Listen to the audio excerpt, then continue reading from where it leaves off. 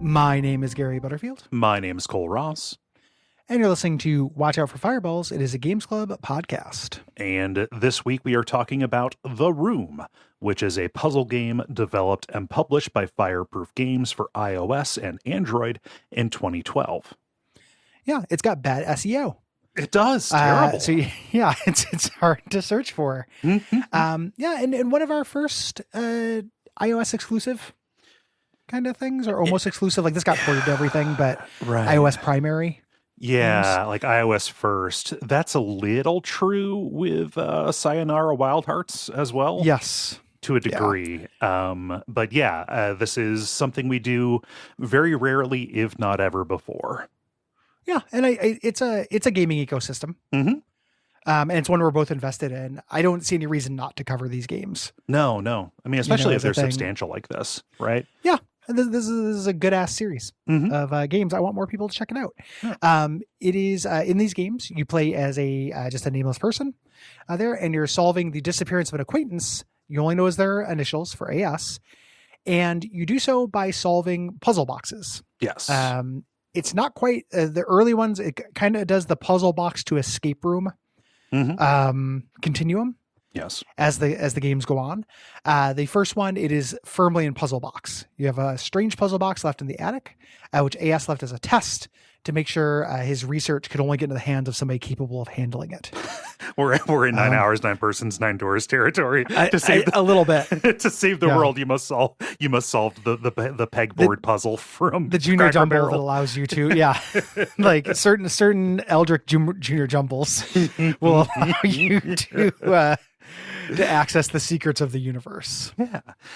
This is a puzzle game that is kind of in the vein of Myst, kind of right down to the anonymous protagonist. It's supposed to be you kind of deal. It's mechanical contraptions, a series of them. Mechanical contraptions within doohickeys, within devices. And you have to figure out how to manipulate them in order to bypass them and unlock the clue or the key that will help you deal with the next puzzle.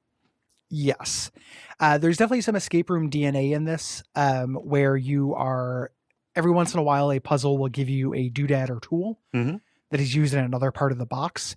It's also much more tactile, than a lot of that kind of thing. And specifically, so puzzle boxes, I don't know if you've ever gone deep on puzzle box YouTube.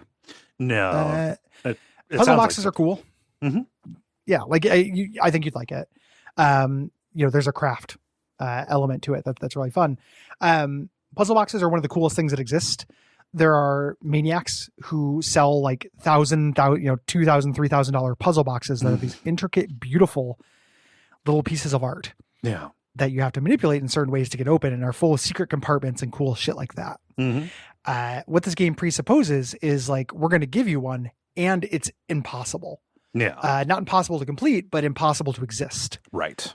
It does things that puzzle boxes, a lot of these things are based in things that actual puzzle boxes can do. But many of them are not, and not within the space constraints and stuff like that. So this is a way to get your hand on a really, really, if you're this kind of puzzle wank, a really, really expensive, impossible, impressive puzzle box. Yeah, right there on your phone.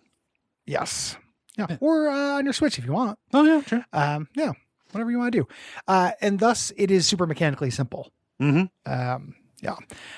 You tap and click things, you rotate, you zoom in different places. You have inventory, but inventory is never used for longest journey style puzzles. You're never combining shit. You look at stuff in your inventory sometimes, but mostly you just use it. Yeah. You look at stuff and occasionally there's like the end of a key that you need to rotate, or something you need to reconfigure so it will fit into another slot. Yeah. Yes. These puzzle box, like this puzzle box would not be structurally sound. It is entirely small, fun little compartments. Yes. Yeah. But what a dream. No, yeah. I have nothing I would, peek behind the curtain. Cole and I are friends. We're not just business partners. For Christmas, you got me a very thoughtful gift, which is a mimic, which is a ceramic treasure chest that opens up into a sculpted mimic. And it's just sitting on my desk. I have nothing I can put in there. I don't know what to put in there. See, that goes quadruple for puzzle boxes. What the fuck am I going to put in a secret compartment? like what possible secrets do I have? Well, let alone dozens. I mean, if it was like 10 years ago, it would be your weed. If I smoked weed 10 years ago, exactly. But even then, like, I don't know, that's putting a weird test for your parents. Yeah. Like this, if you're smart enough to do the junior jumble, you get to have a long conversation with me. Yeah. Dad. But there's no use for this. It's just in the category of like secret room / Murphy bed. Yeah. That is just undeniably fucking cool. I have no idea how to explain it. Like if that doesn't seem cool, if like a little secret compartment doesn't seem cool to you, I don't know what to do. It's a you countered me. Yeah. There's no way forward from here. Like if the idea of I'm looking at something that feels normal, but suddenly there's an exposed mystery. Yes. Like that implies the existence of other mysteries and brings a sense of, whimsy and wonder into your world. I don't know what to tell you. It's not about the contents or anything like that. Yeah. Like, and that ends up being kind of important to this because there's a narrative framing device in this that I think is better than it needs to be, but is not the most compelling thing in the world. Yeah. Better than it needs to be. So, it's literally the journey. Like it doesn't really matter. Yeah. I can't remember if I told you this before. One of my really good friends, I don't want to out them on the podcast, but you've met him at my wedding. His father passed away. His father was a woodworker. Okay. He found secret compartments in his father's desk that were just stuffed full of cash. Whoa. His father had made like false drawers and false compartments. Oh man, that's the fucking dream so cool. There. Oh my God. And it's like, here's like $3,000, but like, I mean, in that case, it was about the contents. But what a cool thing to find out about. I was just like, oh man, was your dad one of the Kingsmen?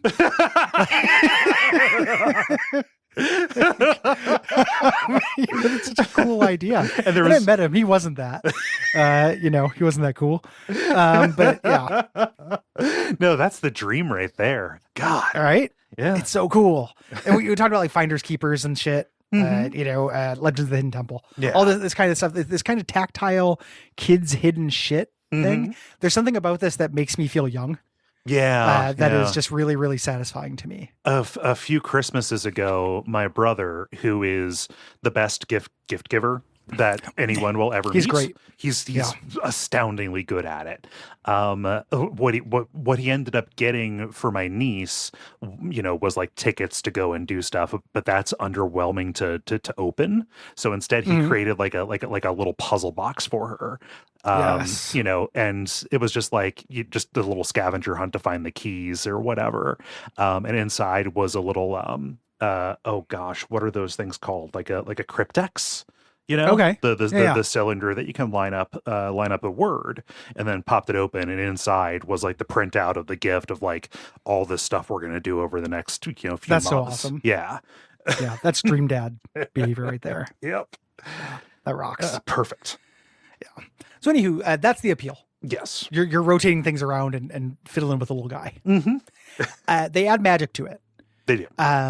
Early on, you get a magical eyepiece that lets you see things that are not normally visible. Mm-hmm. This is basically like if you're stuck or if it needs to convey impossible information to you, throw on the monocle. Yeah.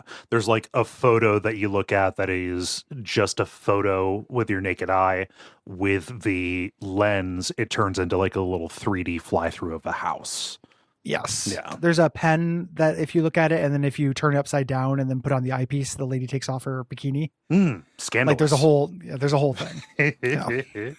Part of that puzzle box satisfaction is that everything is modeled physically in a way that feels a little silly on a PC. If I'm being honest, it's a little, I rotate my mouse in order to mop the floor, kind of David Cage kind of shit. On a phone or on the iPad, which is where I first played this, it is really cool to just like tap and swipe and just, kind of like do this a little bit more, quote unquote, directly with your hands, right? Yes. It feels very tactile. Yes. That's the word I kept coming back to revisiting this. And, that idea of like, I'm actually exploring something with my hands, pushing on things, noticing this has a little seam. And then like, what happens if I just rub that part of the screen? Oh, it moves. Yeah. I wish that the puzzles were harder, Carrie. Maybe later in the series. No individual puzzle is a real head scratcher. No. If I got stuck, it was an observational problem. It's because, the thing that I needed to interact with, I didn't notice.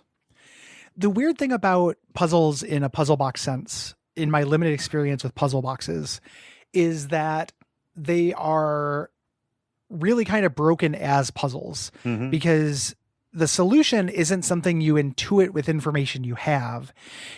It's something that comes to you from trying a lot of things and exploring to see what is possible.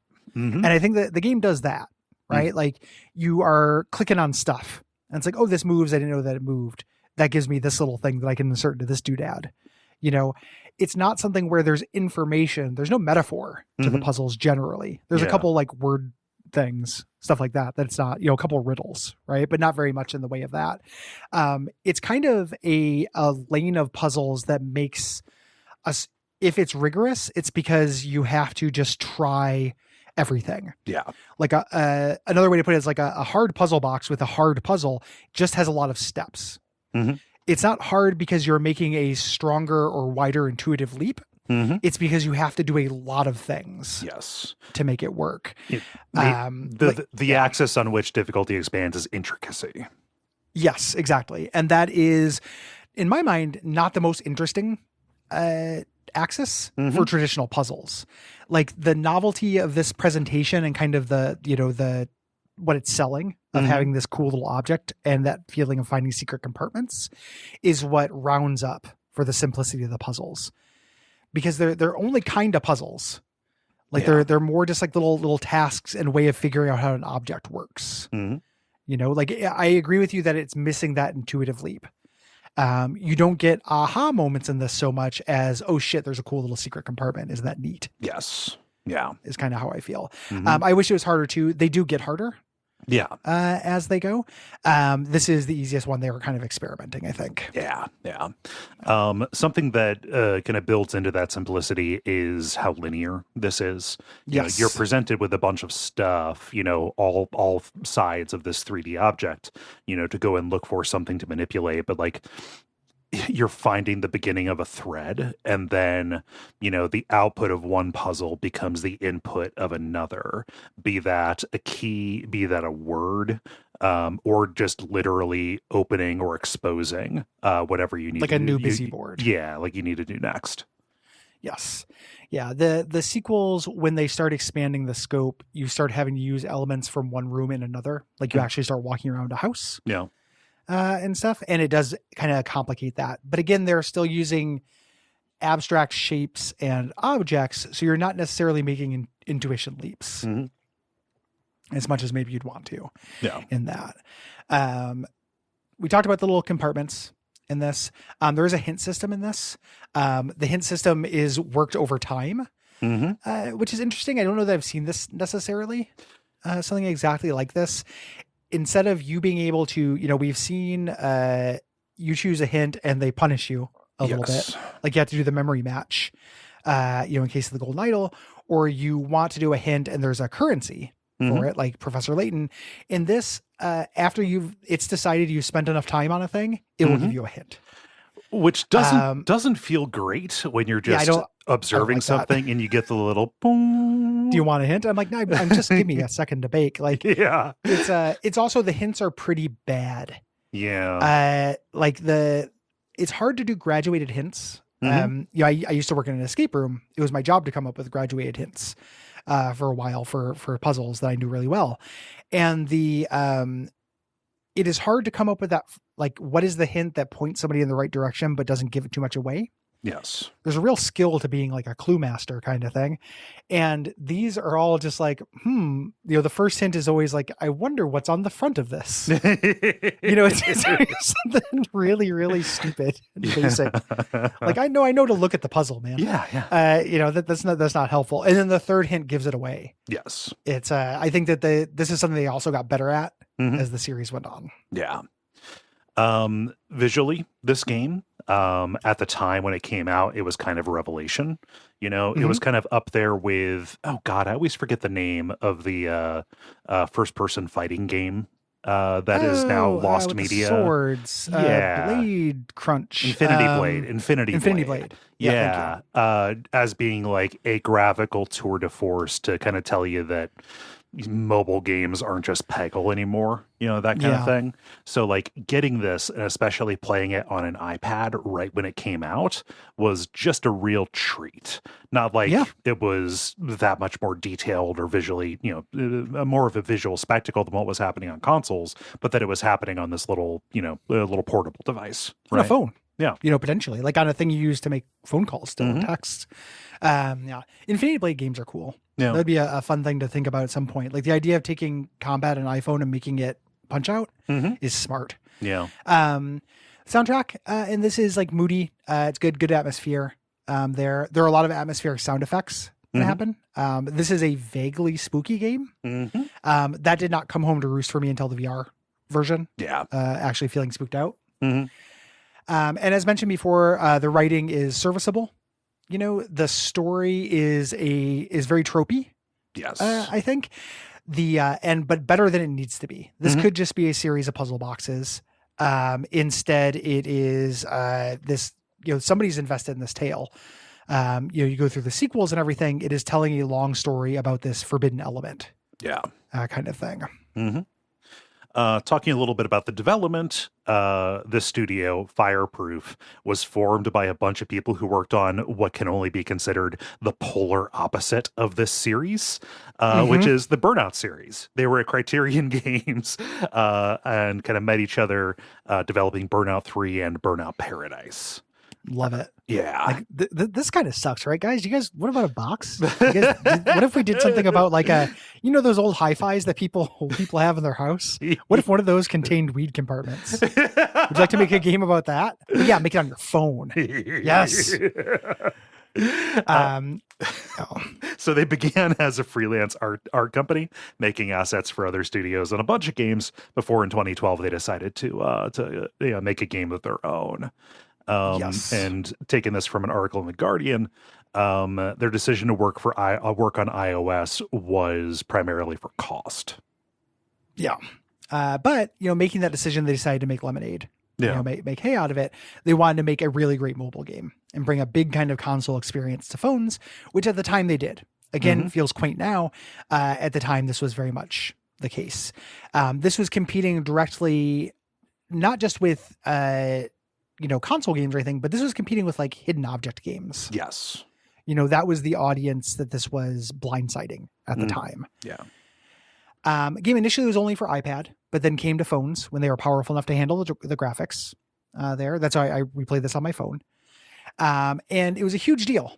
It won a lot of awards. It got a BAFTA for Best British Game. It is a well-lauded series. Yes. And this is the first game of a series. They have been pumping them out. The Room 2 was released in 2013. The Room 3 was released in 2015. These follow the story of the main character as he continues pursuing this, incomprehensible element and you kind of go dimension hopping a little bit. Yes. There is the Room Extended Universe here. Because the fourth game is called The Room Old Sins. That was released in 2018. This tells a separate story, but it's in the same universe. And the thing that made I wanted to ramp onto at some point, possibly because, I'm cooler on VR than you are, than a lot of people are. Possibly I think the most successful VR game that I have played is possibly The Room VR, A Dark Matter, which is an escape room that you're in. Yeah. This is a new story. It's in 2020. It is taking this game that is about physically, the joy of using your hands and physically manipulating things is a perfect fit for VR. It takes that entertainment jump of like, oh, I'm actually doing the thing. I'm pulling a chain, and I'm actually simulating the motions. It takes that to like a really logical extreme. Yeah. With my finger on an iPad, I can just move a little panel to the side, but now I can like lift lids. It gets more of your body involved in it, which is, there's no resistance, there's no weight to it, but it is still, activating your proprioception or whatever, right? Yeah.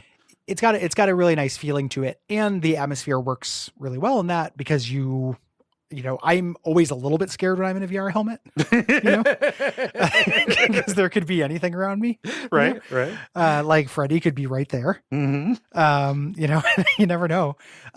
So this idea of this kind of spooky game with this atmosphere where you're looking for hidden compartments and hanging around like haunted sarcophagi and shit, is extra spooky for me in VR. Yeah. And that's the series. I would like to. I got a little bit into the Room VR before getting distracted. But I'm looking for anything to do VR on the show. So yeah. Not anything, but something we can both agree on that'd be fun. I'm not against it. It literally makes me sick and I don't have space for it. Yeah. I'm hoping to the space thing I'm hoping to address. Yeah. So if that happens, it'll be easier. To do more. I still think that there's a little bit of an audience, thing with it, where it's like doing things that a very small proportion of our audience actually has access to. So we have to keep our powder a little dry on it. But we can certainly do more. It just right now I have this 5 foot by 5 foot space. Yeah, it's a little constrained. It makes it tough to do. Yeah. You ever jump into that Walkabout mini golf? Not yet. It's come recommended and I bought it. Based on your recommendation, but I just, like I said, I don't have space for it. It's hard to do. Yeah.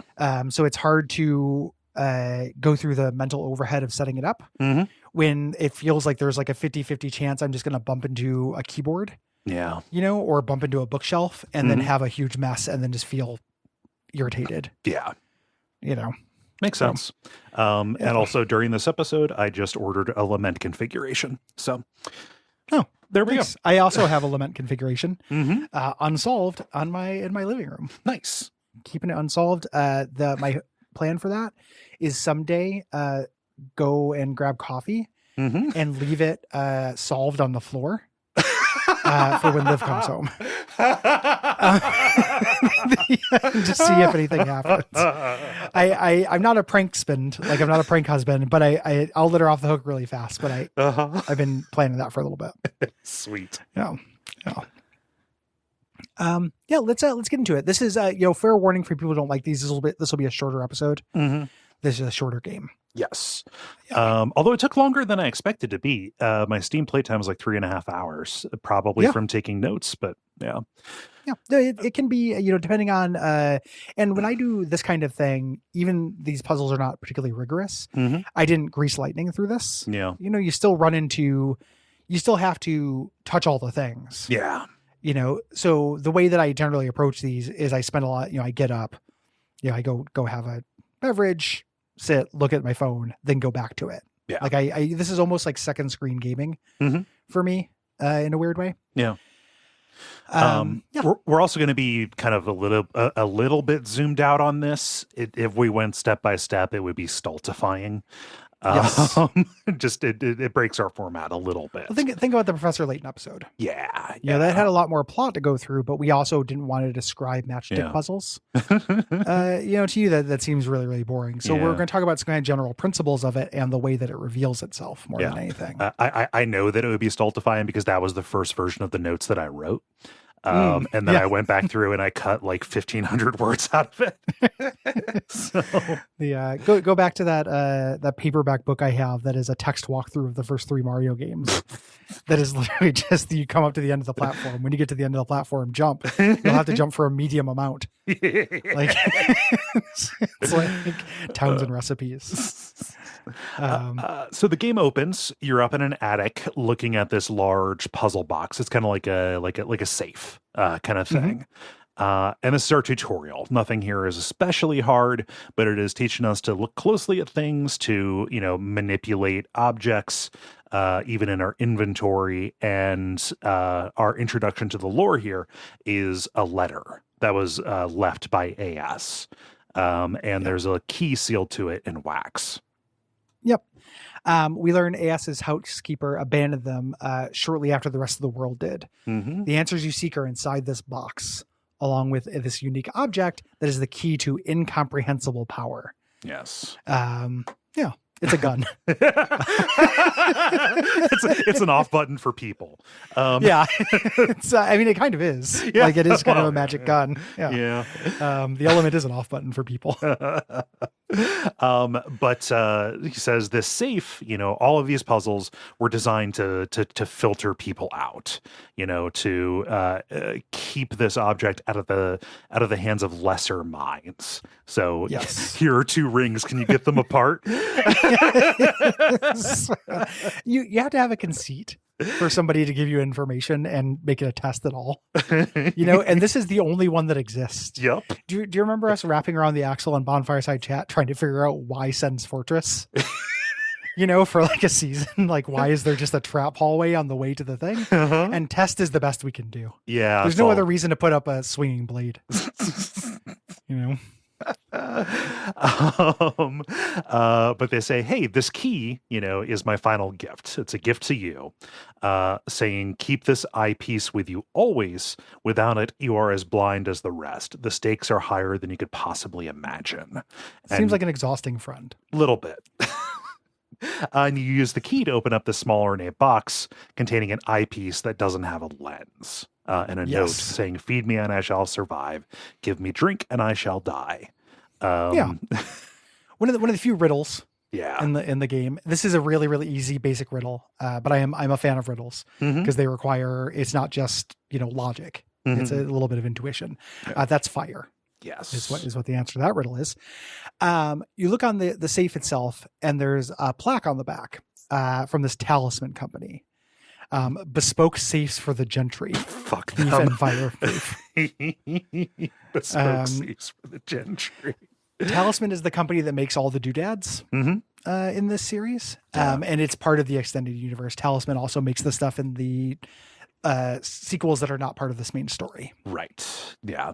You kind of deal with them directly in the third one, I think. Yes. Yeah. So the puzzle here is it's all simple. Fire's your first clue. There's a leg that is marked with a little fire symbol that gets you a 3D key. That the head kind of looks like a little cage that you have to rotate to fit into a bunch of different slots. Yeah. Like a little bit of conception puzzles, like 3D space. Yeah. Kind of conception to make that fit into different keyholes. Once you do, you get this wrench to lever off that manufacturer plate, voiding the warranty, annulling the warranty, and then revealing the lens for the eyepiece. It's completed, and there's a little jump moment here of the first time I saw it, I was impressed by this. Yeah. When you put on the lens, the entire safe is covered with like runes, this blue neon paint. It has that like, oh, you're in a crazy person's room kind of feeling. Yeah. Or you turned on a black light in a hotel room. One or the other. Yes. Or in an arcade. Yeah. Oh, true. Yeah.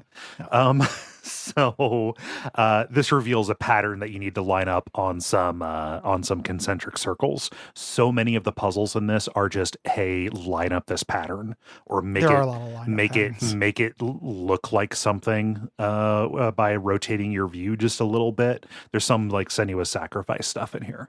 Yes, very much so. There's a specific symbol that is like the arc symbol or whatever that you end up having to line up your view a lot to create. Yeah. This opens the safe, revealing another box. We all groan at its shit. And it starts chapter 2. And each one of these is on, a box. We're doing this on this ornate box. It has 6 sides.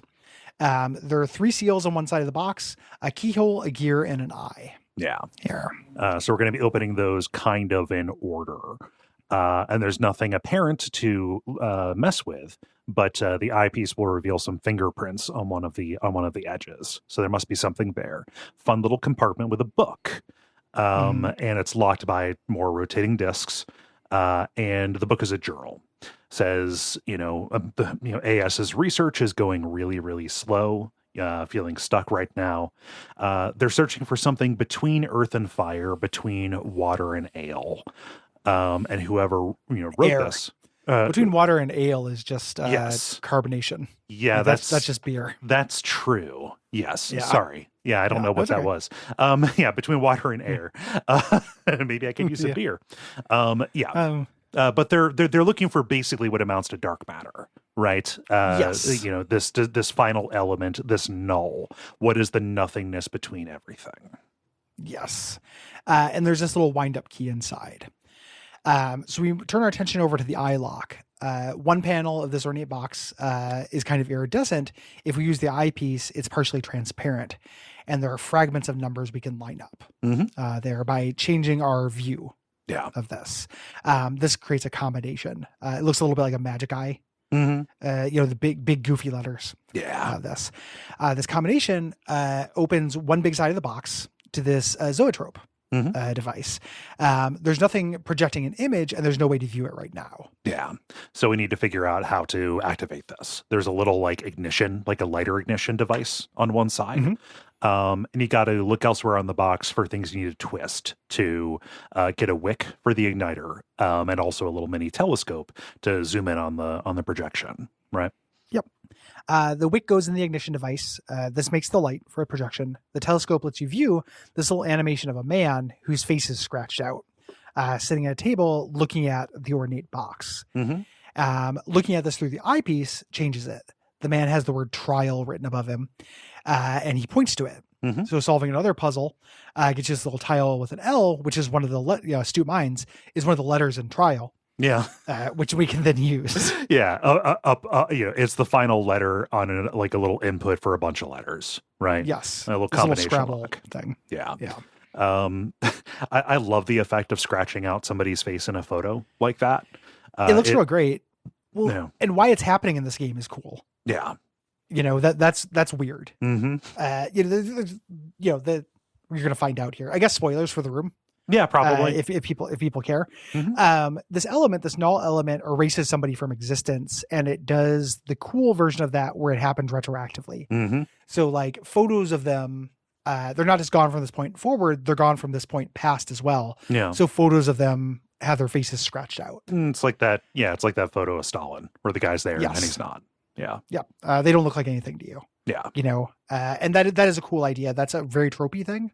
That felt a little, I don't know that it was fresher, but felt a little fresher to me in 2012. As an idea. And it's something I'm always a little weak to. Yes. I think the idea of erasing something conceptually, not just physically, is really interesting. Yeah. Think about the metaphysical innocence thing from the Labyrinth. Yes. From that cult in that Delta Green book. Where you do something and just nobody knows about it because you're metaphysically innocent. It didn't happen. Yeah. I think that's really cool. Also scary. I mean, just the idea of okay, I can die, but being totally forgotten is a death beyond death. Yeah. Yeah. Well, and it just, something's wrong if that happens. Oh, yeah. What if you were to wake up one day and be the only person who remembered the Beatles? I can't take, Will and I did a bit about that recently. And it reminded me of that very funny concept. And just if that happened to me, nothing would change. There wouldn't be a movie. Without the Beatles, would the Kinks have gotten that popular? I mean, no? Yeah. Okay. The Kinks were also, were contemporaries. Yeah. I think the Kinks would have done well. There are other bands that probably wouldn't exist. Yeah. But I would just be like, oh, that band didn't, I can't find any of their records. Yeah. It's just the Beatles don't come up that often. Okay. Yeah. Yeah. So the Beatles got null elemented is the point. Yeah, you go to that little input and you spell out trial. You put the L tile in, and the zoetrope retracts, and the eye seal, the eye lock opens up. There are two more left, the keyhole and the gear, and we're going to work on the keyhole one next. Yes. So the trial phase opens up. Out comes the safe, and a note on top of it is the second journal entry. This is on 2/7.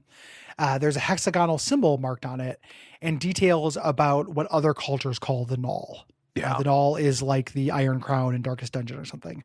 Like everyone has a word for it, but they're all different because it's this elemental thing. Yeah. Like in one culture, it's just up. Yes. Yeah. So this next major puzzle here is an iridescent panel that you look through that shows you a fragmented version of the null symbol, and you have to rotate your view when you're zoomed in on it to kind of recreate that null symbol. This is repeated. I would say too much. Yes. We're just going to call it a null symbol puzzle. They complicate it by adding in things that you need to rotate or manipulate. So you don't just have to find the right angle, you have to line up the different pieces. Conceiving of it in 3D space to make it happen.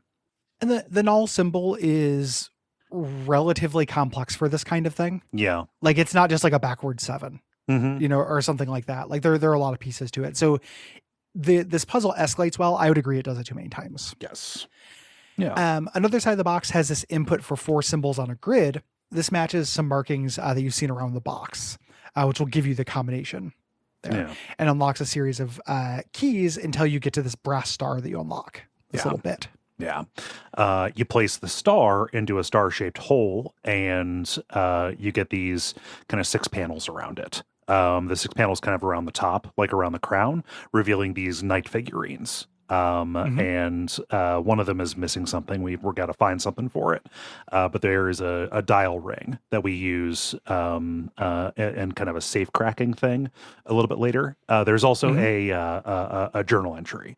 AS is, it has accidentally used himself as a test subject. That seems like a hard thing to do as an accident. Yeah. He just he walked into the chamber without disabling the mechanism. This is what happens in The Watchmen. This revealed the null to him. Right. If you like nouns, that you will like this game. Yeah. So he studied the properties, specifically how it affected the reflection of light. Yes. There. So he's playing with this new toy. He found an Eldritch toy and he's playing with it. Yeah. That's how he created the eyepiece, right? Yep. Imbuing it with the null so it refract light differently. Yes. There are a couple of different safe cracking puzzles here where you have to just basically without numbers turn something and see how far it goes before it resets, and then just memorize how many notches you went before going the other way. Yes. Yeah. Doing this will make this little tube stick pop out. They'll take a 2-digit number, which we can see revealed by the eyepiece. And this gets you the key that you need to open the safe and the keyhole lock, moving us on to the gear lock. Yeah. And this is this huge clockwork busy board. When we say busy board, that's a thing, those things for kids that have like a zipper and shoelaces to tie and buttons to do. Yeah. Just like a wall of doodads. Yes. There. It's a bop it without the computer inside of it, basically. Yes. A 2D bop it. Imagine a 2D bop it. Picture, if you will. Yes. Yeah. I guess I took for granted that people would know what a busy board is. Huh. I never heard what that was until you said it. Oh. I knew the thing. Okay. But it was like the popcorn popper vacuum. In like the grand world of kids' toys that don't really have a name. Like everyone knows exactly what they are, but like, I don't know. Is it even trying to be a vacuum? Like, what is it? So busy board's a great name for it. I just never heard it before. Yeah. Okay. I forgot that I was the person who introduced that concept. Just to me, I don't know if you did grandly. This could be me being stupid, or it could be regional. Yeah, could be. Yeah. But the front face of this is kind of a clock. And there is an inscription here: "Non est ad astra mollis a terris vi," which is a quote from Seneca. There is no easy way from the earth to the stars. Yes. True today as when it was written. The left side of the gearbox, you can set, but it's missing these cogs. And the only viable configuration reveals this drawer locked by this very simple find and rotate the 4 seals puzzle. We've done a lot of those. This gets you a cog and a rubber band, which we're going to use on the gearbox to do this in certain configurations. We reuse this a few times. It does a thing which I like, which it tells you if something can be removed. Yeah. Because that's counterintuitive to this type of puzzle game. Like usually you stick something in the slot and it's there forever. Yeah. As soon as you place it, it says this can be removed. Yeah. Good information to have because I don't know. I know in inventory-based puzzle games, yes, I probably would get stuck without realizing that was a possibility. Especially without playing it on iOS when there is no cursor to mouse over and see it change. Yes. Yeah. So you stop a gear and reach into a box to get a folding key. This is a neat little object. We see this thing. You see the place where it needs to go. This is a little octagon where you can kind of spin these tines around to different positions on the side. And it's not just put the right shape in the right place. Sometimes you need to overlap a couple of them to actually make the shape. Create the right shape. Yeah. Yeah. This puzzle reminded me a little bit of puzzles from the more recent Resident Evil games. You do this kind of thing with shadows, in the Resident Evil 7, overlapping different shadows, create different shapes, things like that. Yeah. Always happy to have this kind of thing. So this gets you a bigger cog. This lets you complete the gearbox. And the clockwork on the face of this busy board activates once you've completed the gearbox, granting you this tube with a photo inside. And the lid is its own key that you grab from this thing. The picture is a house. Yeah, it is the house that you're in. And on the back is Rev 605. 605 is the operative thing here. That is a time for the clock, but is referring to Revelation 6:5. When the Lamb opened the 3rd seal, I heard the living creature say, "Come." I looked, and there before me was a black horse. Its rider was holding a pair of scales in its hand. Yes. Scary Bible shit. Yeah.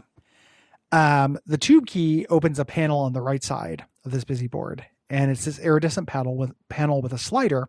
The eyepiece reveals some pieces that we can manipulate. We make the null symbol line up again. We have one final null symbol puzzle that we do that gets you what you need to reveal the clock hands, which you set it to 605. This completes the gear lock, and the whole box opens up like a dollhouse, like a Polly Pocket. Yeah. And it takes us to chapter 3. And what we have here is a big table that the plaque on the side calls a heliocentric orrery. I have trouble pronouncing orrery. We're going to get into some Roger here a little bit, so just bear with me. Orreries are one of the coolest things that is the hardest to say. Yes. But the top has these circular patterns that are like orbital symbols. Eventually, this is going to turn into a projector for like a planetarium kind of thing. Yes. Yeah. Yeah. In one of the big kind of similar to the putting on the eyepiece and seeing all the crazy, a scale thing as we get to zoom out of this. Yeah. The interface, we're looking at this stuff, and then the first hint says, focus on the sides. I'm like, this isn't really a hint. It's just somebody telling, is there somebody here? The eyepiece reveals a fingerprint on the plaque. And you slide to the side. This reveals a switch. This opens up a chamber with the next journal fragment in it. AS feels like Null is tied to his very soul. That's alarming, considering it erases whatever it attaches to. Shouldn't have gone into the chamber. Nope. Without device. Disabling the mechanism. Yeah. The nozzle. But Null is tied to this great power that is elsewhere, that is outside of here. But he feels like he won't be able to control it even if he reaches it. And there is a little sketch of this astrolabe that looks like the null symbol. This is going to be a power source that we find at the end of this chapter. Yes. There's also this small puzzle box here. The lid has a circular plate with all these paths. We need to spin it and make the paths to move this golden ball to the goal. Like a little labyrinth kind of thing. Yeah. This gets us to the ordinary key, is what it's called. Raises a lot of suspicions about the title of the key. And we use this to expose another vault door. Yeah. We do some safe cracking again, which gives us a little frame for a piece of paper with a lens pointing at it. Yeah. From the last chapter, conspicuously, the photo is still in our inventory. So we put that there. And when you look at it, it's just a picture of the house. When you put on the eyepiece, this is where you get the little fly through of the house to the room where the orrery is. And it zooms in on this mechanism that shows the word sigil being spelled. Yes. So we do a slide to make room puzzle here to reveal that letter input, where we can do that. And we have that word, sigil. Insert that and the door opens. Yeah. There's this large blue crystal with a hexagonal base and a diary page here, where you learn that AS fashioned the eyepiece out of the null element and starting to show him dark visions, darker as he went further underground. Yeah. He relocated his study and can't use the wine cellar anymore. Yeah. Heaven forfend. one of the early, I think the first note, the first diary page you get, when he discovered that this element exists, he said, and I opened the wine. So, yes. Just a celebration and joy is draining from his life. It's being denied to him. Yeah. He can't go down there anymore. Yeah. This crystal is a focus for blue light. This makes a little laser that you kind of route around these little conduits inside the edge of the table to power this planetarium projection from the top of the orrery. Yes. The blue crystal slides into the compartment when you do this to create a blue light higher up. And you focus it by twisting this aperture, which gets you to this tiny weighted flywheel that you can move around. This has you doing time button presses on inputs around the entire table, kind of moving around. This is something you can do. I don't like it in this interaction model. Yeah. I would agree. It's not entirely successful. Yeah. Here.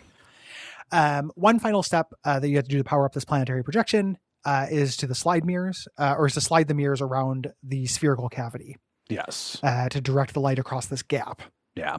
Like there are two different mirrors on each side of this thing, top, bottom, left, and right. And you have to slide it around and just kind of trial and error which mirrors in the back of the chamber it's going to hit to make sure that it can continue unimpeded. So it's 18 possible, 16 possible configurations it could be. Yes. Yeah. What we're doing here is there's a globe embedded on one face of this orrery that has countries missing, basically continents missing. Yeah. Of different shapes. And the map plugs that we had before can fit in here. Yeah. We've been finding them all over the place. Yeah. Yeah. They've just been hanging around. Once we do, we get another null symbol puzzle. And this gets us a puzzle box, which reveals a telescope on the tabletop. Yeah. That pops out. Yeah. We also get the ornate wooden puzzle box, where we twist a symbol on the bottom and some flanges pop out. It turns into a key. You socket it under the tabletop, and this is where the telescope comes up. And when you look, if you looked through the telescope, if you did this stuff in a different order, it would be a telescope that pointed at nothing. You would just see like a 4x4 grid. Looking through the telescope with the projection on shows you which of the squares needs to light up. And this is the combination for the thing you need to get the final map piece. Yes, it's showing the wall projects a constellation on the wall. Yeah. Or the thing projects a constellation on the wall, which you then see. Once you put in this final map piece, there's another journal page. AS found an incantation in the Scriptus Nocti, which needs a huge power source. But he has a power source and plans to summon Astaroth/Ishtar tonight. Yeah. So Astaroth/Ishtar is in play. Yep. In case you didn't realize that. Yeah. This feels like such a funny escalation to me. Like I remember the first time I played it, I'm like, what, you're summoning? Yeah. What's that? Wait a minute. Yeah. Yeah. I was just tilting this little round thing to try to get all the balls in the holes in the maze. Yeah. Like, I didn't realize you were summoning things. I was refracting lasers. Like that game where you refract lasers. I was doing marble runs, man. So with all the map pieces slotted, the table expands, and this ends the chapter, bringing us into the penultimate chapter. Yes. Which concerns itself with the with the tabletop and the stars that are projected above it. Now the interface is not telling us, focus on the sides. We're up here. There's a little slider that will spin the selections of these orbit lines, to line them up pretty easy. And we get the final journal page here. The summoning failed. Couldn't get Astaroth to come around. What's that? I said, fuck. Yeah, damn it. That feeling when he's never there when you need him. Yeah. And AS is in increasingly worse shape. The visions are getting worse and they're more frequent. And they cause him pain, which he has to alleviate with medicine. So this guy's knocking back laudanum left and right. And he says something that is, just a little treat for Cole. The house is so much larger now. There are rooms everywhere. Yes. That's really cool. Yeah. Like that's a Cole trope, but I think it's cool in this scenario. It's context a lot, Yeah. The idea of your house just growing new rooms all the time. And these rooms being these puzzle things, like the series of this being the room has very little to do with the room. It's really just the box. Yes. Later ones, you're going to more and more of these rooms that are being kind of created. It has nothing to do with rooms. Where is the box? Well, has little to do with rooms. Okay. Could be more to do with box than room. And at some point it crosses that threshold. The bulk of this chapter concerns this iridescent paddle that you have to look through and manipulate things to line up these symbols. This makes the object that you line up real. So it's taking this like kind of reverse null thing. You line up the object and then the object comes to life. Yes. In this thing, you line up the lights that form this object, like Pictionary coming to life. And this gives you a grid combination to enter for the next step. Yeah. You go through a few of these, and the last one gives you a crystal. And this device that looks like the null astrolabe that was drawn on one of the journal entries there. This is the power source. We found it. Yep. And this takes us into the world of the panel itself. So when we use this, we actually get teleported to a realm. Yeah. We're under the stormy sky. And we have to rotate these stacked columns to create the null symbol. One final null symbol puzzle. One last wrap. This exposes a spot for the energy source, which we put in, and it powers the portal to a far off Stonehenge. Yeah, like a big stone arch kind of thing. Yep. So we're fully in going through Mist Realms. Yes. Territory here. Yeah. As released, this was the end of the game. Initially, but they put in an epilogue when they did a sequel that bridges the gap between this and the sequel. Yeah. This is a lengthy epilogue. Epilogue for me is like the slides that show at the end, what the characters from the side quests are up to. Yes. A little bit. But this is a whole, it feels like 2 chapters worth of stuff here. So a very generous expansion. And everything here is about the flip side of things. There's a lot of looking back and forth between things and, getting hints on one side of something and then going around and doing an input on the other. Yeah. Which, since we're looking at this negative side of reality. Yeah. Is thematically consonant. Yeah. With this, they just introduce it really late because you get the sense that there's a sense of making this up as they went along with the series. I think, as they feel like, oh, we got something here. Yeah. Let's tighten this up. Yeah.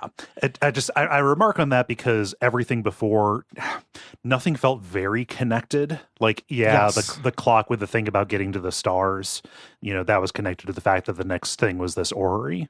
Cool, whatever, but not really mechanically connected. Here, no. This actually has a consistent theme, and this is more in the direction of something I appreciate this a little bit more. Yeah, it's also the direction the sequels move in.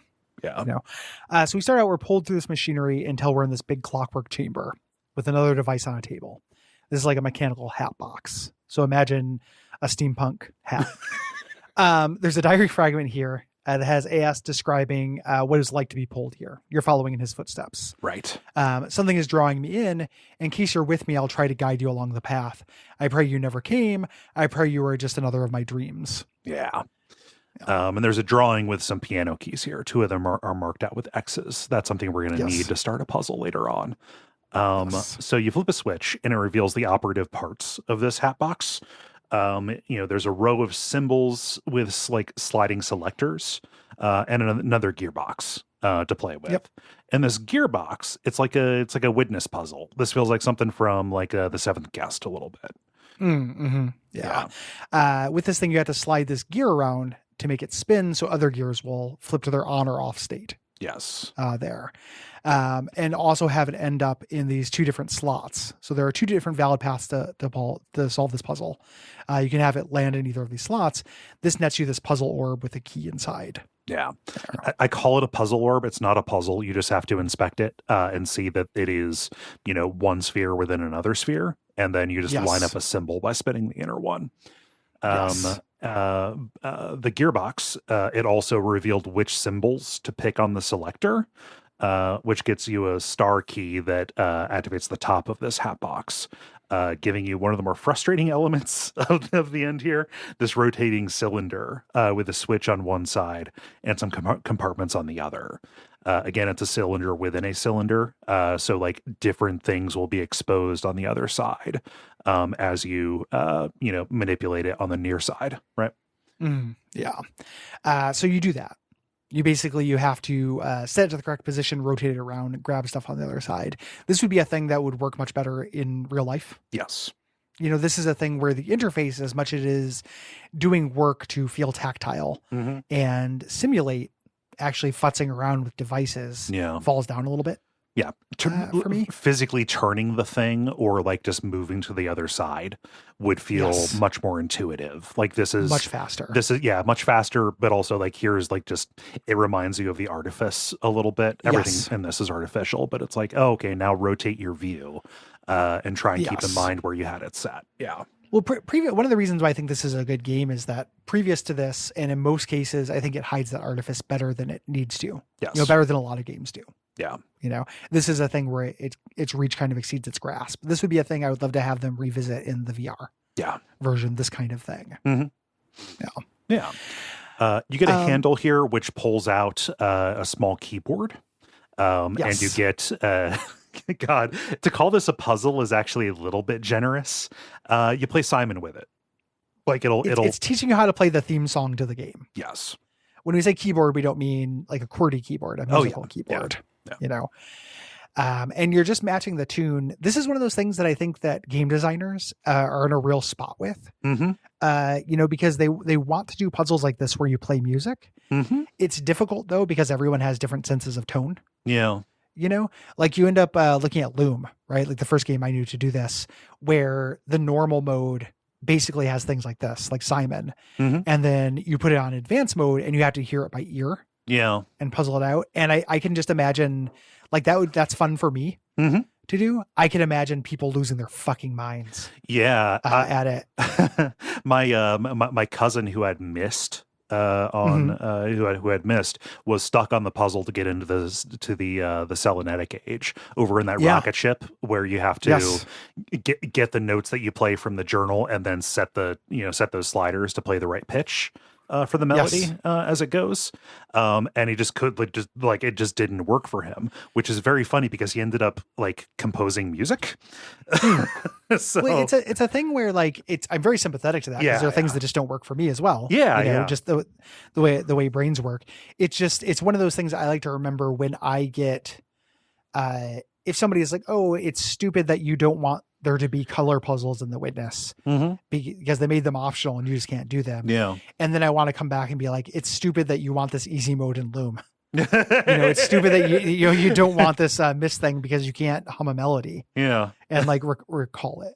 Yes. It's just different brains. So I have to remind myself that like it is just different brains. Yeah. Different brains here. So I think this is a compromise. I imagine if they were really doing it, this would have been more like the Mist puzzle if they had their druthers, but I understand them not doing it that way because of, really for ultimately good reasons. Yeah. Accessibility, right? Yeah. Accessibility, which is a good reason to do something. Yeah. It's just kind of one of those things where once you start putting the assets and the flavor into something, it's hard to cut it if it doesn't work for accessibility. So a lot of times I feel like game developers will instead just do the easiest version of it all that kind of makes it a nothing. Yeah. Yeah. That's kind of what this feels like. I will always play with a little video game keyboard. It's the number one thing that makes the new Final Fantasy look cool to me. Is the piano. It's like, that looks cool. The old one was cool. I played the shit out of that. Yeah. But I just, it's not very much of a puzzle. Yeah. When we say this is more accessible, it is not like playing a melody that you need to match, by knowing what key makes what. You see the keys press. It's like a little player piano. Yeah. Yep. It's a follow. It's also just 2 chords. Yeah. That go down 2, intervals here. You do that. That's the theme song for the game. I know. It's effective. Yeah. It's just funny. Like as a, to say that to somebody who doesn't understand music, just like, oh yeah, just hit these chords, dummy. Exactly. It's what it reminds me also of, like the joke where it's like the New York Times seems smart until they write about something you know about. Yes. It's the same kind of thing. Yeah. You do this, you match the inputs. And you get this diamond key here, which opens the back of the spinning column that we have that's on top of this box, with this input for different symbols that we have from around the dial. And as this inner column spins into different positions, I mentioned you have to flip around and check which of the symbols are exposed. Yeah. So again, you're looking at the other side of things. Yeah. And these are the ones that you need to input here. Yes. Yeah. It's just, can you remember what symbol was where between the time where you rotate around this? Yes. Yeah. So you get a numerical combination by doing this, and also by spinning 4 prisms that are opened up. You have to get them in the right spot and then look at an angle. And you get what works for me, but I could understand being really frustrating for a lot of people. Because this is spatial conception. You get this iridescent panel that pops out, and looking through it on one side shows you this 2x2x2 cube that you can turn handles to rotate. And some of the sides, like some of the pips on the side of this dice, are marked with empty slots. The reverse side of this panel has 4 little tiles that need to be slid in from different sides. And it's just 2D on this side. So you have to rotate the cube while knowing what's going on the opposite side of what you're looking at to get the pip in the right place to slide to accept one of the sliding tiles. Yeah, imagine you're looking at a dice, mm-hmm. And you're flipping back and forth between just the 2D image of one side of the dice and a dice you can rotate, mm-hmm. and switching back and forth between these 2 screens. Yes. If that makes sense. That's the kind of visualization you're doing. I like 3D visualization mm-hmm. as a thing. And they played in this space a little bit with the keys from before, like looking at how would this key look from this angle. To do this. This is kind of a more advanced version of that. Like this is a 3D visualization stuff. Before, this is a trickier version of it. When you were in high school, did they ever make you take a test that involved like a bunch of these? I have no idea what would the shape look like upside down. Yeah, like what would the shape look like upside down, or like if you folded this shape, if you folded this into a shape, like what 3D shape would it make? And it gives you a bunch of other ones. Like I understand what that is testing for. Like just spatial reasoning, but the output of that, it was part of like the output of that was like a job suggestion for you. It's like you would be good for this. Yeah. Yeah. I feel that way about 90% of what I learned in high school though. Yeah. Like a lot of the things that, this is just going to sound Gary.text, but like a lot of the things we learned did not directly apply. Mm-hmm. This, at least I appreciate those because they were at least like, it felt like a basic building block. Of thought. Like it was in the category of teaching you to think better rather than having you memorize things. Right. And I was so hungry for anything like that in high school. Yeah. Where I was like, yeah, this is cool. Mm-hmm. I like being able to figure this out. Like I can feel my brain working. Yes. When I'm doing this in a way that I did not feel my brain working when I was reciting the year the Magna Carta was signed, like it was a neat thing. Mm-hmm. But yeah, it doesn't map onto anything. It was to train you for this moment. It's actually, you are using it in your job. I am. Like it actually, fucking hoisted, dude.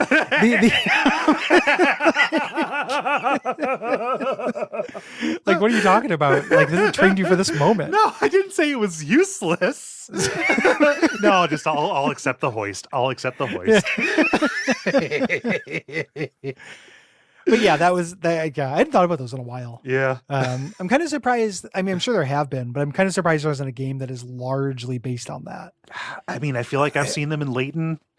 I've seen them from time to time. Yeah. It feels like a mechanic that some puzzle wank could like spin out. Yeah. Into a larger thing. Mm-hmm. Yeah. Yeah. Regardless, this reveals kind of a sliding tile puzzle, where again, it's a panel that you're looking at both sides of, but some of the pieces in this diamond configuration have gems. You want to get the jewels.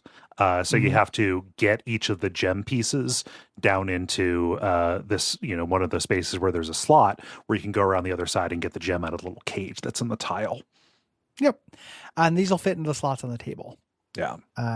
Once you put this in, there's a circle of glass there that if you view it with the eyepiece, it reveals some 3D bendies in the air. And you have to shuffle these slotted gems so the 3D shape makes sense after you rotate it. Yes. This is kind of that, like when you talked about taking puzzle boxes and have extra steps. This is kind of what it does. Yeah. Like you have to go back and forth between looking at the 3D shapes and looking at the gems, and you're doing it to make them rotate here. Yeah. You do a very long move this thing through a maze a little bit. Move the thing through the maze that you can shift around puzzle, like moving the little thing. At the top, and this reveals a bright blue gem at the center of the table. You do this twice, along with another null symbol puzzle. Wouldn't be the room without that. And this ornate doorway opens up. Yeah. And we proceed further toward the null, toward wherever AS went. And it ends with a fun little slide. Just, black text on a white background, saying, you have completed the game, unflustered, I hope, as there will surely be sterner tests to come, and assuring you that, yes, there is no way back for either you or AS. This is not a rescue mission. You are trapped. Press forward with heart, my friend. There are many more rooms ahead. Capital R rooms. 4 of them. Yeah. Yeah. And that's the room. A little bit of a format stretch for this show, but I think these are cool games. Yep. They are trifles, right? And they're not super rigorous. We talked about this before. I am not a hardcore puzzle wank. Right. There are, I can get into puzzles, but it's really important to me that they either be of a certain level of tenor and novelty, so this has that tenor and novelty for me, or they are intuition based. Yeah. We talk making intuitive leaps. Yeah. We talked about that in Golden Idol, right? That's what works for me in puzzles. This is novel enough. This is doing something that I think is cool, which is fiddling with little devices. Yep. And making little secret compartments and secrets of the universe open up, and sometimes they form portals to other worlds. And I think that's exciting and sick. Yeah. So I end up liking the game. It's 3 hours. It's not a kind of thing where this does not, as much as this was a graphical powerhouse, and I think this is worthy, it's not a thing where, like, when we say this is a good game, it's not Super Mario World. We're not saying it's a good game on that level, but there's place for that. There is space for, I think, games that are this kind of treat. Yeah.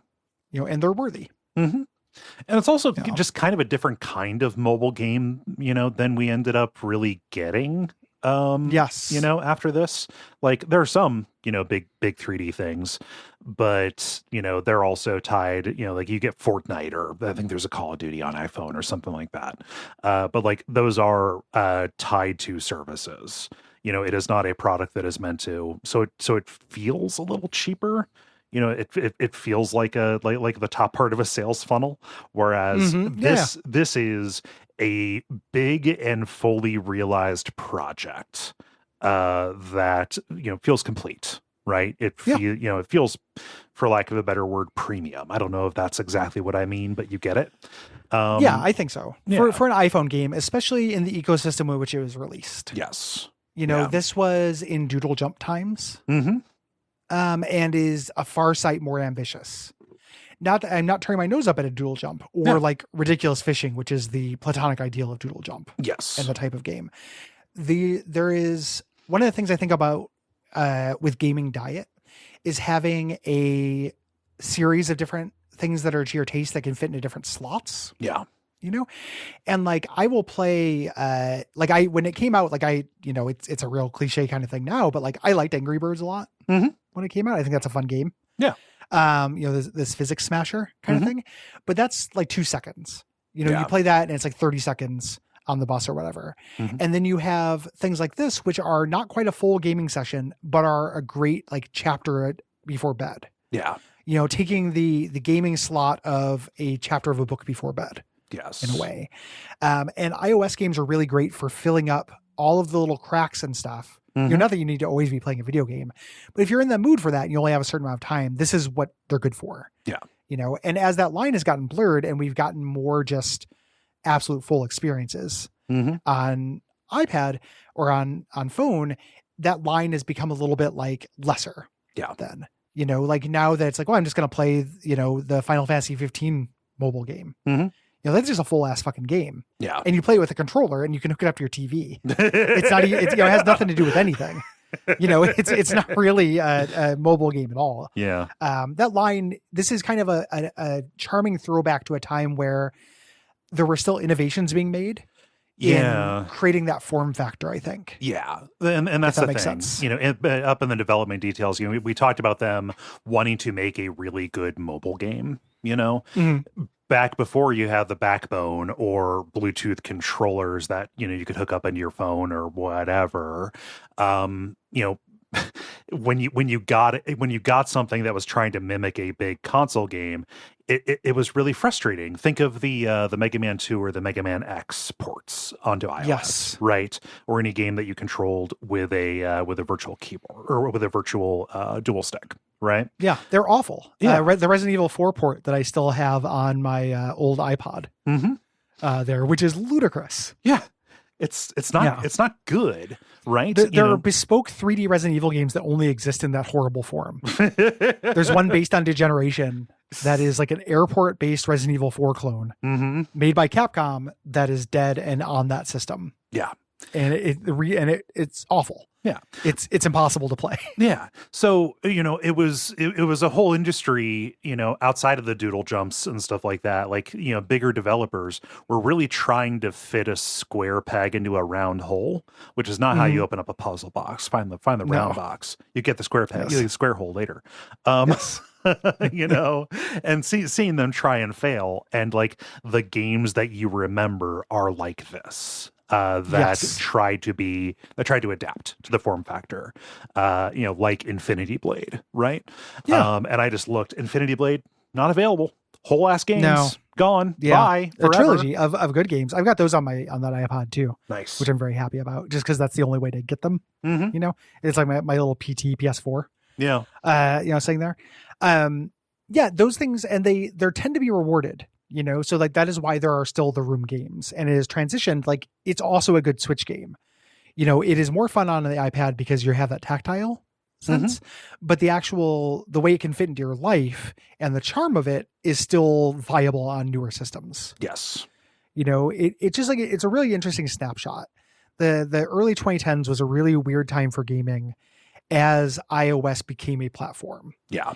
And you saw these wild experiments. There were a lot more like indie breakout things, that would pop up. This is where you saw people experimenting with the forum. Like this is when like Gear Walk and Papa Sangre came out around the time. Papa Sangre is a game that there's no visuals. Yeah. It's all audio, things like that. Like it was the first time, contrast that with like the Wii U.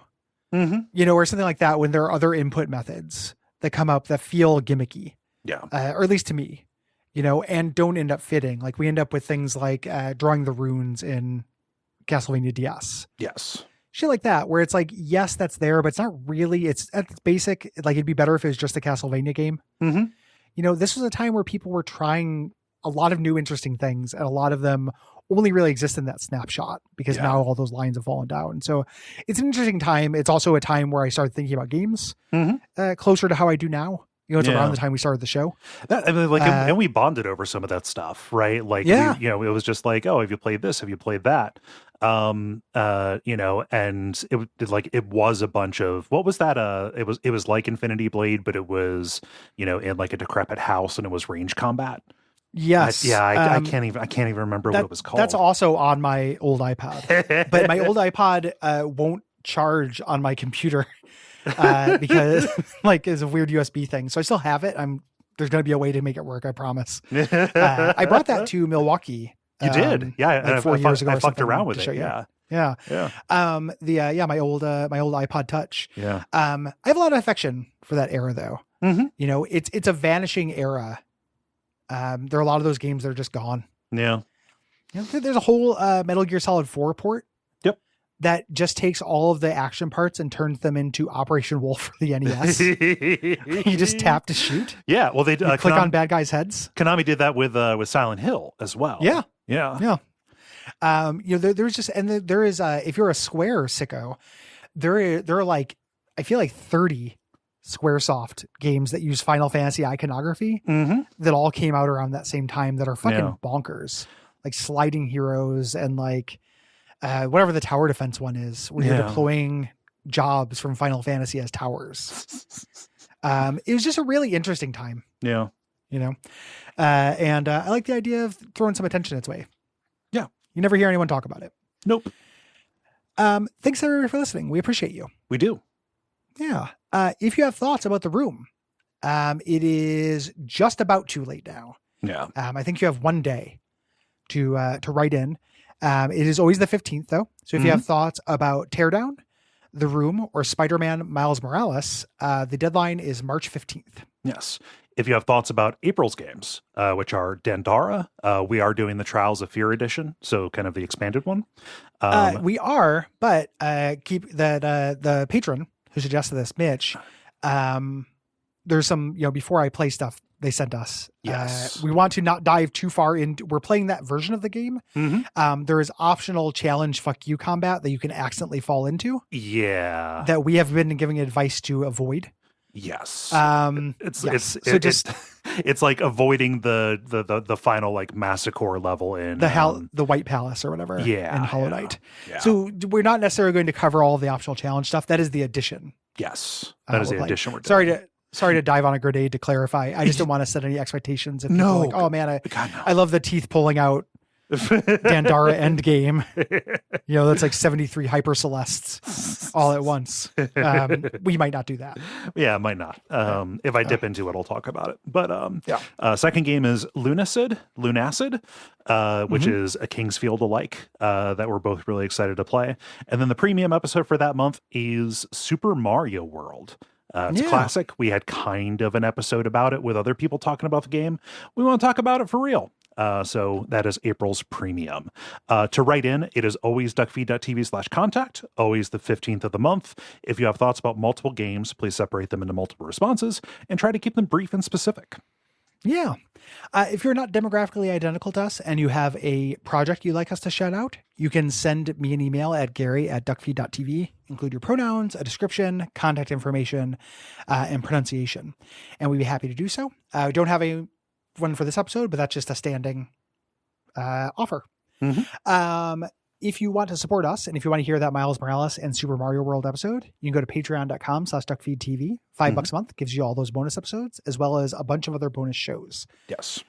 Real Lich Hours, in case you are playing Baldur's Gate 3 or have played it. We're going through that. Shadow of the Erd Tree is coming out in June. Yep. Talking about that. So it's on Bonfireside Chat. You get a bunch of stuff. You do. So go check that out. Also rate and review us if you can, whatever podcast directory you get us from, and post about us. Help spread the word. We don't advertise. Yes, please. Yeah. And join us in thanking our producer Gwen. Thank you, Gwen. Yeah. Thank you, Gwen. Until next time, what should they watch out for? Watch out for that lament configuration that is coming my way in 3 days.